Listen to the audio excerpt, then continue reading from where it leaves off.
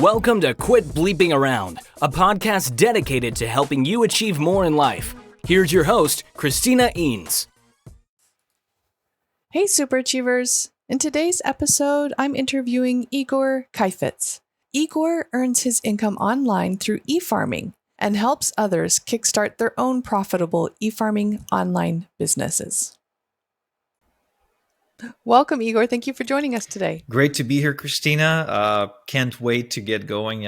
True pleasure being on your show. Oh, excellent. Now, before we jump in, can you share a little bit about your background with our listeners? Yeah, absolutely. I grew up in a family of a music teacher and an army guy. I grew up in Ukraine. I was born in Ukraine to a Russian couple. My dad was still serving in the Red Army at the time. I was born in 1988. As soon as I was born, shortly after the wall came down and the whole governmental setup and structure kind of fell apart. So my dad switched from being an army officer. He retired from the military, and he started getting into kind of setting up his own businesses. He was like a true entrepreneur by nature. He was always like a natural problem solver. He would always connect with people and do all kinds of joint ventures, and it wasn't an easy thing to do back then in Ukraine to start a business, because unlike the Western world where the way the government is set up, or the infrastructure is set up, it encourages business and growth. Back there, it does not. Because this is a country that's making a transition from factory workers and socialism and stuff to just normal life, if you will. So to start a business, you had to get 16 permits, whatever the business was. You had to bribe so many people. Wow. There were also criminals who would always racketeer you. So my dad was always friends with all kinds of like questionable characters, and you also had to drink a lot. To close a deal, to get a deal done. Like today, how do we get a deal done? We get on a Zoom call and we hash it out. We say like, this is what I give, this is what I want to receive, and the other party says, this is what I can give you, and let's shake on it, let's sign the paperwork, and let's get moving. And some deals that I close these days are just literally just a chat conversation over like Skype or email. Back then, it was like walking into someone's office, getting through the gatekeeper, which usually meant giving them some kind of a gift, and then having like a really extensive drinking session of like 5 hours to a point where they're exhausted and they're like, to hell with it, let's do it. That's how they used to do business back then. So I grew up in a family where dad was absent. We were doing okay, but not a millionaire, because back then, there were no millionaires. You either were a rich criminal or a rich government employee, or like a quote-unquote normal person. Everyone pretty much had the same childhood, very few toys, very few sweets and gifts. For the most part, it was just, go play outside and just don't kill yourself, a sort of childhood. And then around the age of 12, we moved to Israel, where a different chapter of my life started. I was in a new country. I didn't know the language. I didn't connect with the culture, because you're moving from Eastern Europe to Middle East. And I just kind of shut down, really. I became very socially awkward. I got bullied a lot in school, and ended up just spending a lot of time home behind my computer screen. It was a couple of years before the internet sort of became mainstream in Israel, and then the internet became mainstream, and I really discovered a passion for gaming. Whatever the game was, I didn't really care, as long as I could play online with my friends, because these were the only friends I could make. Like, I couldn't make any friends in real life. So growing up, to a certain point, I was trying to be a straight-A student. And one day I was really nervous before I had an exam coming up, and my best friend Max, he asked me like, "What's up? Why are you so nervous?" And I'm like, "Well, I got this exam coming up, and I'm not sure if I'm going to make it." And he says, "What? Why do you care?" Now Max is like a classic class clown, and doesn't care about his grades. I was like, "Well, because I want to do well in life." And he says, "But that has nothing to do with your grades." And I say, "What?" Hmm. And this coming from you of all people. And he's like, yeah, but there's this guy, Robert Kiyosaki, and he wrote a book, Rich Dad Poor Dad, and my dad just read it, and he told me that the richest people in the world, the ones who do really well, they're not straight A students. In fact, many of them don't even have a good education. To which I said, baloney. And I actually went to his home later that night, spoke to his dad, and asked to borrow the book, and read the book. And it just flipped my entire script upside down. Like, I just couldn't believe what I was reading. And I didn't go into real estate, even though that was like the primary vehicle for Robert Kiyosaki at the time that he was advocating. And you couldn't really just secure capital like that in Israel. But I did go into MLM because in the book he says, look, if you want to get going, you want to generate a skill, like you need a money making skill, and the best way to get that skill is to go into MLM. So I did. I went through several online MLMs, failed miserably with all of them, but it's through the exposure to that world of people chasing passive income, I got introduced to the concept of e-farming, which is what I do today. And as a result, was able to build a 7-figure business from my home office where I am today. I live in Toronto now, so I was able to move my family from Israel to Toronto, my wife and 2 kids. We actually literally just this week applied for the passport, which means we're going to get it in about 2 weeks' time from now. So once we do, we will officially become Canadian citizens, and it'll be a huge milestone for my family, because I feel that it is because I'm able to make money online with e-farming that I was able to just pick up and move. Right, because I came to Canada, I didn't have to go look for a job necessarily, nothing different to what I was already doing. I had my system set up. I didn't have to worry about losing income. I didn't have to worry about the increased cost of living because Toronto is, I think it's world's 3rd or 4th most expensive city. I'm pretty sure it's right up there. Yeah, you can Google that. Like, I'm pretty sure it's right up there with like Vancouver and California and whatnot.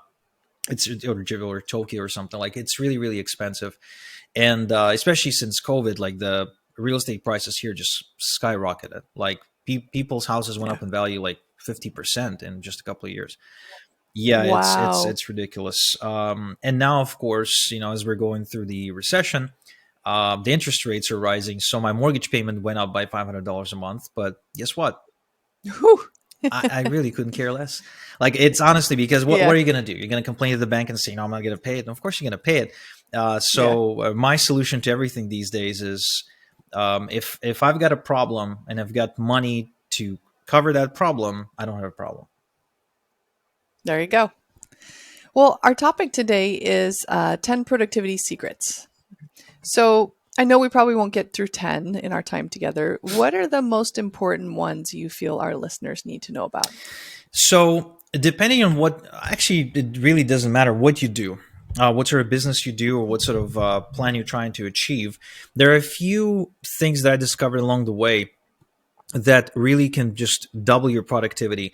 And I'm not exaggerating. And these things are minor things. These are minor changes to your day-to-day habits. They don't take a lot of effort. They just take a different set of, a different thinking approach to the way you operate on a day-to-day basis.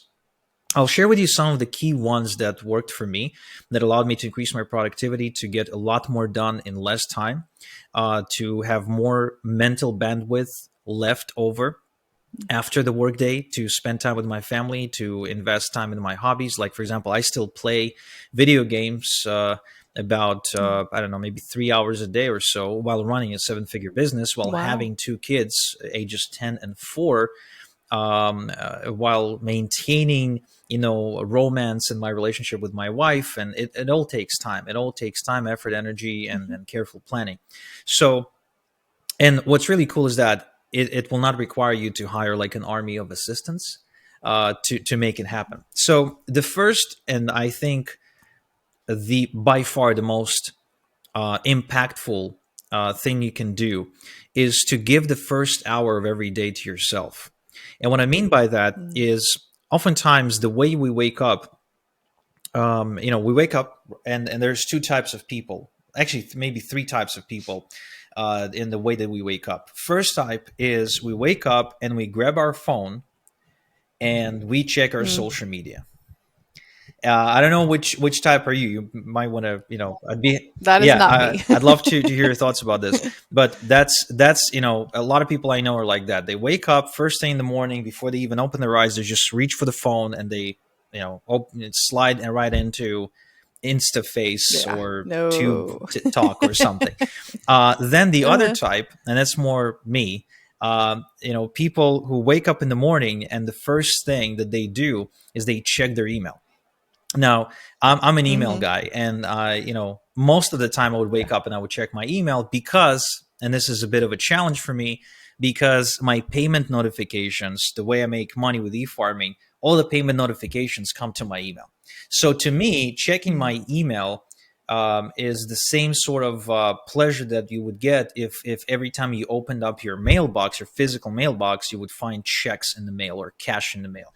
So for me, every time I check my email, I see cash, so I can't help it. The dopamine is hard to resist, and I'll just go for it. The third type of people, which is the type where I want to be, the group that I want to be in, is the people who wake up and their smartphone is not next to them at all, and they don't get to see their smartphone until after the first hour of the day has been invested into something that they want to work on.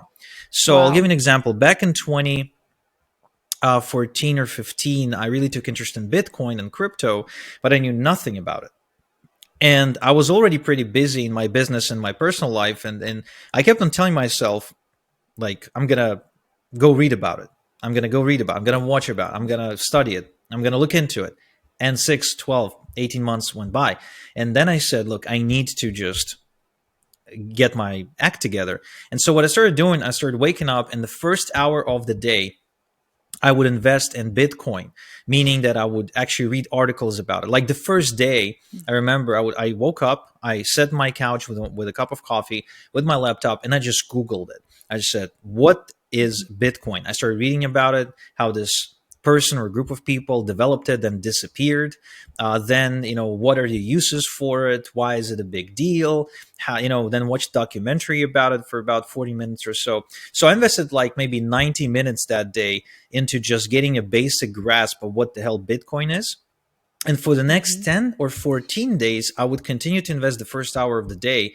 And I ended up investing in Bitcoin in that time, setting up all my wallets, getting a physical wallet as well that I can store Bitcoin on, getting into altcoins, which are alternative coins like Ethereum, Litecoin, etc. And basically within like 2 weeks, I became pretty knowledgeable about what Bitcoin was, what crypto was, and I could have a conversation with another crypto enthusiast about it. And it only took 14 days, 1 hour each day, but first thing in the morning. Because the hour invested into this first thing in the morning ain't going to be the same as an hour you would invest into it like when you're like in bed and scrolling through it, because then you're like almost passing out. So I did the same thing for many other things, including, by the way, writing a script for this comic book that I created for my daughter, Erica. This is Erica. Aww. Where I wanted to create a comic book for Erica to be a superhero. So we can, help her develop a healthier self-image and more confidence, because I noticed that for girls, it's harder to be more confident in an aggressive male-dominated world. So as a father, I was conscious of that. So I would wake up first thing in the morning. I wrote the outline. The next day I started writing the script. Took me a few days. Then once I've done that, I spent the next day, the first hour, I went online, started looking for artists that can turn this into a panel, like a comic book panel, then another artist that would do the coloring. And so eventually I got to a stage where it was ready, and I just needed to print it out, which meant I just needed to go into the nearest print shop and just get it printed. So it all was created by the virtue of using the first hour of my day before I got into my business, before I checked my messages, before I checked, like work emails, before, the life challenges caught up to me. And this is a concept you will find that pretty much all the great entrepreneurs share in common. Even I remember watching this documentary about Steve Jobs. He was saying, it's like, I try to wake up earlier so I can get some work done before everybody wakes up. So it's a tremendous, super powerful productivity booster. Absolutely. Yeah. So what's another one that we need to be aware of? Another one that you should be aware of is something that I discovered a couple of years ago that really made a lot of sense to me. And I noticed that I had productivity periods or maybe like bursts of productivity, right? So I would go for 3, 4, 5 days and I'd be super productive, high energy, really pushing the envelope, and then I would go for the next week. I'd be doing, I mean, literally just achieving nothing, just, shuffling my emails and checking social media and saying to myself, I need to get this done, and never getting it done. And I really gave it a lot of thinking time to try and understand what is going on. And here's the conclusion I came to. There are two things that I believe are incredible productivity killers. First, it's emotional baggage. So let's say I wake up in the morning today and I get my day going, and the first thing in the morning, I have a huge fight with my wife over something. I don't know what that might be. I mean, we fight over the tiniest things. So let's say, I fight with her. This actually a fight we had recently. I was getting on her case for, grabbing the trash bag and taking the trash out, but never putting another bag into the trash can, right? So every time I would be like, wouldn't put something in, there's no, and I would have to stop. And so that's like extremely annoying to me. So let's say I had a fight with her about that, and it snowballed into a bigger fight. Well, guess what? I ain't going to be productive that day, because my emotional involvement in that argument will steal all of my energy, and most importantly, also my focus. So emotional baggage will kill your productivity very quickly. And if you find yourself absolutely kind of stuck or struggling, you might want to ask yourself this question, like, what emotional baggage am I carrying? Is it an item I ordered on Amazon where the seller refused to refund me?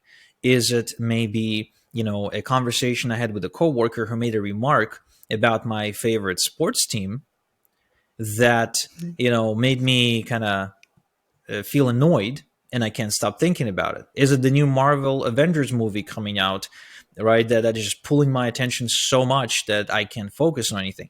So emotional baggage is real. And that's the second, I think, biggest difference maker when it comes to productivity. And the third one, like I said, there are two productivity killers. The third one is focus. Now, this is a bigger topic, in my opinion, and a topic that doesn't get much attention on podcasts or books.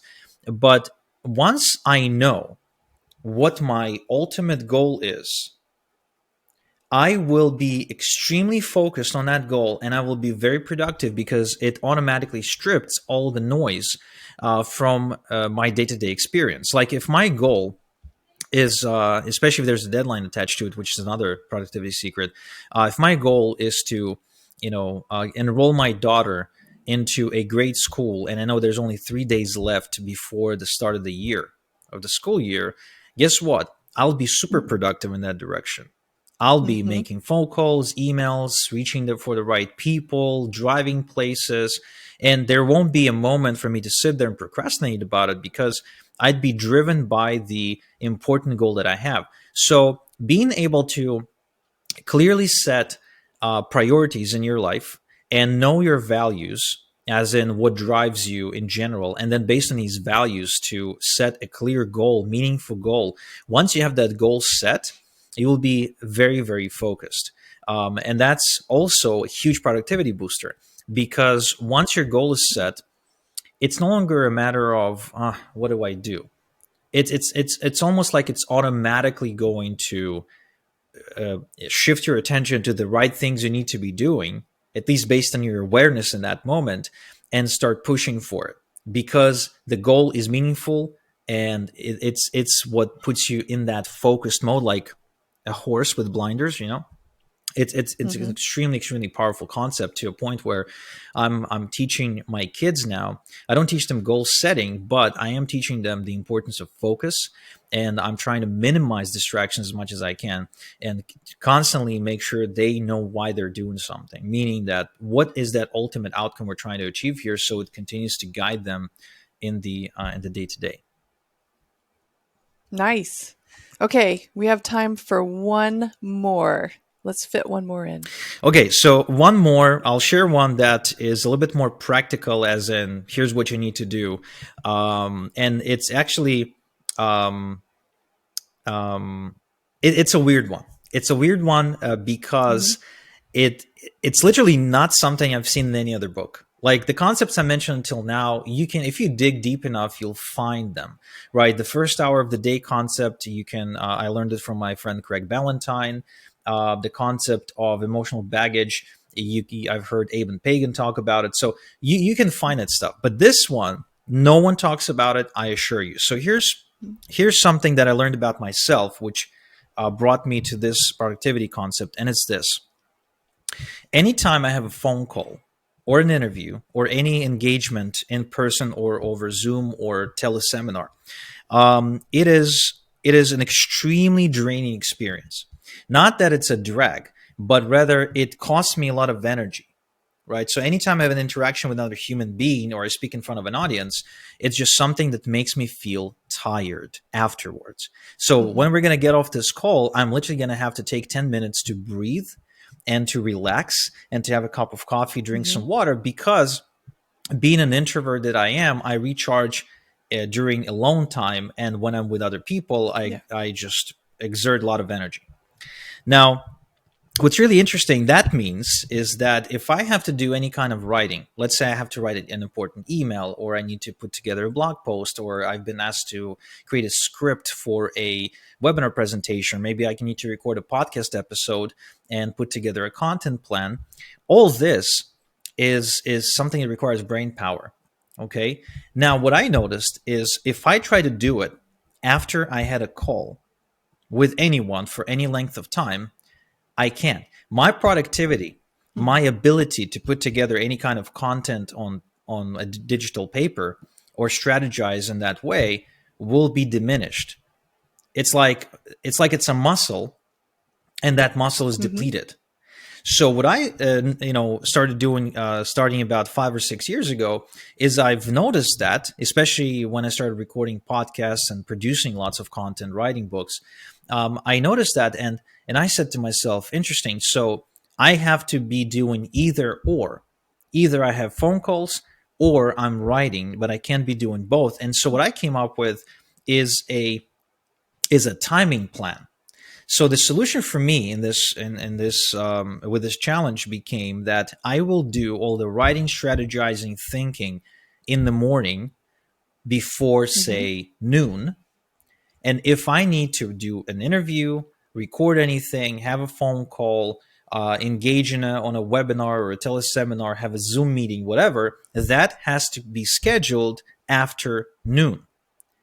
This way, I will achieve maximum productivity in my strategizing, writing, and creating, while at the same time achieving maximum productivity with my calls and my presentations. Because as it turns out, I can do the writing first and then do the presentation and remain on the same level of quality of delivering engagement in my presentations and my phone calls.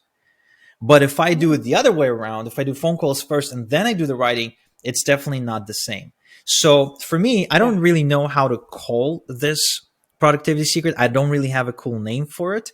But what I do know is that by sequencing different types of tasks in the right sequence, I'm able to achieve maximum productivity, versus if I get that sequence wrong, I can only do one but not the other. Yeah. Isn't that fascinating? Yeah. So the knowledge of your natural energy fluctuations and working within them is very important. Yeah. Nice. Okay. Can you share a little bit about your products and or services you'd like the listeners to know about? Absolutely. I would actually love to give your listeners a free copy of my book, The List Building Lifestyle: Confessions of an Email Millionaire. Because it's on sale on Amazon. You can buy it on Amazon if you want. However, I would like to ship you a free copy if you go to igorsbook.com. You can get the free physical copy of the book. Just chip in on shipping and handling. Plus, I'll give you the free Audible version, a digital version of the book, and over $3,200 worth of bonuses that include courses, templates, and additional training on how to generate traffic and visitors to your website, all in one bundle if you just chip in on shipping and handling. Again, the link is igorsbook.com. And the reason I'm doing that is because if you go and get it on Amazon, it's still, you're going to get the same book, but I will not be able to have a relationship with you. I will not be able to have your information, your email address, etc. And I really want to start a relationship with you. The book, actually, I wrote the book to introduce you to the way I make money, to the way I was able to build a 7-figure business and still be, quote unquote, in time for dinner, so to speak, right? Without actually leaving my home, because I started this business back in Israel. I then moved to Canada. In between, I traveled half Europe, half the United States. And I mean, if I need to go somewhere, it's really a matter of just grabbing this MacBook and leaving. That's it. It's really, there you go, comes down to that. So again, the link is igorsbook.com. If you're curious about how I make money and how you can break the link between your time and your income, then go and check it out. I assure you it's going to be worth your time. Oh, awesome. Thank you. Okay, your final piece of advice. Look, productivity is not a matter of getting more done. I know it's a counterintuitive thing to say, but I used to be the kind of guy that starts his day and puts together like a really long to-do list of things. And, I felt that if I can get all these things off my list, then I'll feel productive. But actually, there's only a handful of things you need to do to increase your productivity. And the first thing I would encourage you to do is to know how you measure it. Because if you measure your productivity in quite literally items checked off your list, then get a to-do list together and just have satisfaction of crossing things out. But if you measure your productivity on income earned, or income earned in a time frame, or income earned while retaining your freedom, which is how I measure it, right? It's not I don't just want to make more money. I want to make more money, but I want to work half the time. Or I want to make more money but work same hours. Or I want to make more money but without leaving my home, so I don't have to miss out on incredible moments with my family. In fact, I don't know if you probably won't be able to see it. I'm going to try and show this with the camera. But right there on the floor, there are Legos, if you can see. Right? So these are my kids who are putting together Legos right here in my home basement, because we just spend time. Like, I'm at this desk, I'll do some work, and my son will play with the train set, my daughter will be building something. So it's an important value for me, and one of the measures of my success. So if you know what your that metric is, and let's say it's income, for example, then to reach a higher income, it's not going to be a matter of doing more. It's actually going to be a matter of doing different. And what I would encourage you to do, if you really want to be more productive, is to sit down and maybe schedule an hour of your time in your calendar, and grab a sheet of paper with a pen and write a question down on this sheet of paper. And it's what can I be doing differently, or what am I not doing right now that could double my income without doubling my work? And you'd be surprised with the things you can come up with, because most of the time, you will notice that the increase in income or increase in productivity will not come from investing longer hours or investing more effort into what you're doing. And the proof to that, by the way, is if you look around in your industry or in your profession, your niche, in your area of interest, and you'll see people who invest just as much or even less time than you do into whatever they're doing, but they're getting a much better result. Yeah. Oh, I love it. That's great advice. Thank you so much for joining us today, Igor. My pleasure. If you'd like to learn more about Igor, visit his website at igorsbook.com. Interested in expanding your employee development program? Visit ChristinaEanes.com to look at the many workshops Christina has available for you.